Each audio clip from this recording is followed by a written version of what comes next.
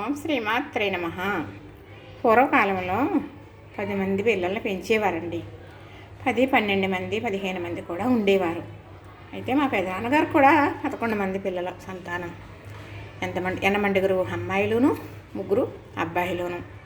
అయితే ఏ బిడ్డని బరువని ఎప్పుడు ఏ తల్లిదండ్రులు కూడా అనుకోరండి. అస్సలు అనుకోరు. ఎందుకు అంటే చెట్టుకి కాయ బరువా అనేవారు తెలుసా. అప్పుడు పిల్లలే ఆస్తావేదులండి. ఎంతమంది పిల్లలు ఉంటే అంత గొప్ప అన్నమాట. ఎంత ఎక్కువ మంది పిల్లలు ఉంటే అంత ఐశ్వర్యం కింద భావించేవారు. ఇప్పుడు అలా కాదండి. ఒక్కరే ఉండాలని, మరి మా పిల్లలకి ఇలా చేసుకోవాలి, అలా చేసుకోవాలని చాలా అండర్స్టాండింగ్ ప్లానింగ్ల మీద ఉంటున్నారండి. సరేనండి. మరి కొంతమంది ఉన్నారనుకోండి, మరి అమ్మకి ఏదన్నా వచ్చినా పట్టించుకోరు, అమ్మ ఏదన్నా అడిగినా పట్టించుకోరు, అమ్మ గురించే వద్దు అనుకుంటారు. అదే కనుక పిల్లలకి ఏదన్నా చిన్న తేడా వచ్చిందనుకోండి, అమ్మ అలా ఊరుకుంటుందా, పరిగెట్టుకుని వెళ్ళి ఆ దెబ్బ తనకు వచ్చేస్తే బాగున్నంత బాధపడిపోయి ఆ దెబ్బ తగ్గే వరకు గుళ్ళు తిరిగేస్తుందా, గోపురాలు తిరిగేస్తుందా, ఇంక ఎంతో బాధ. ఇంకేమీ కనపడదండి అమ్మకి. బిడ్డ ఆరోగ్యంగా తిరిగేటంతటి వరకు ఆకలి దెబ్బకి ఏమీ ఉండదు. నిన్న యూట్యూబ్లో చూశానండి. అమ్మని 3 సంవత్సరాల కిందట మరి ఇందులో అంటారు ఓల్డ్ ఏజ్ హోమ్లో పెట్టేసి వెళ్ళిపోయాడంట. ఇంకా లేదు మా అమ్మని బ్రతుకుతున్నాడంట. 3 సంవత్సరాలు అయిందంట.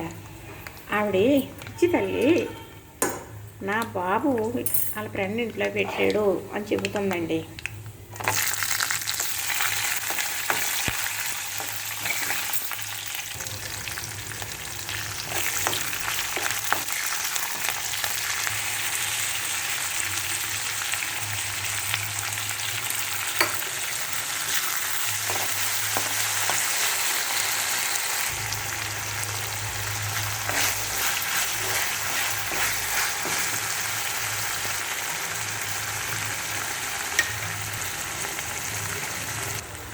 ఏదైనా చెప్పుకోనంతగా, మనకు చెప్పుకునేటంత గొప్పగా ఉండేటంత బతుకులు అది చూడటానికి ఉండవండి, పాటించడానికి అంతకన్నే ఉండవు. కాకపోతే ఆ తల్లి నా కొడుకు వాళ్ళ ఫ్రెండ్ ఇంట్లో ఉంచేసి వెళ్ళాడు, నన్ను వచ్చి తీసుకెళ్తాడు అని. 3 సంవత్సరాలు అయిందంటున్నారు. మొన్నే కదా నన్ను ఇక్కడ ఉంచేసి వెళ్ళావు, ఎప్పుడు వస్తావు నాన్న అన్నదండి. బలవంతంగా ఫోన్ చేయించారు తల్లికి. కానీ ఎన్ని చెప్పుకున్నా మార్పు అనేది లేదండి, లేదు. ఈరోజు మనం చేస్తుందే రేపు మళ్ళీ మనకు వస్తుంది అని ఎందుకు తెలియట్లేదండి. ఎందుకు తెలియట్లేదు అంటే తెలిసినా కూడా పర్వాలేదు, వచ్చినప్పుడు చూసుకుందాం. అలా కాదండి.